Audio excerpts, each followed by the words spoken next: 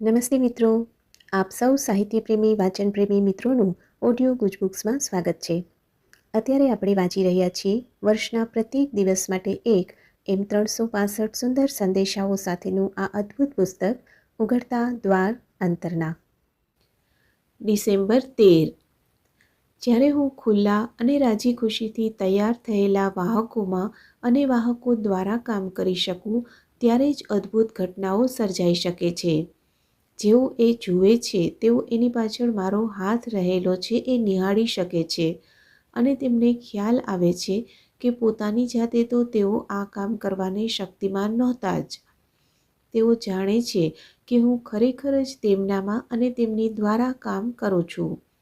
આ રીતે પછી તેઓ મને ઓળખવા અને ચાહવા લાગે છે.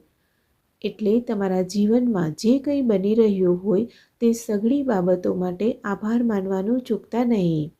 તમારા હૃદયને ખુલ્લું અને તમારા મનને નિષેધાત્મક વિચારોથી મુક્ત રાખો, જેથી નવાની પ્રગતિ અટકાવતા જૂના વિચારરૂપોની સફાઈ કરવામાં તમારો વખત બગડે નહીં.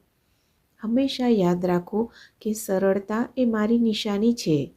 એટલે જીવન જ્યારે તમારે માટે વધારે પડતું જટિલ બની જાય ત્યારે ખાતરીથી જાણજો કે તમે આધાર સ્તંભથી દૂર ખસી ગયા છો અને તમારે બને એટલા જલ્દી એના પર પાછા આવી જવાનું છે. નાના બાળક જેવા સરળ અને ગૂંચ વગરના બનો અને જીવનને ભરપૂરપણે માણો. આપનો આજનો દિવસ શુભ રહે.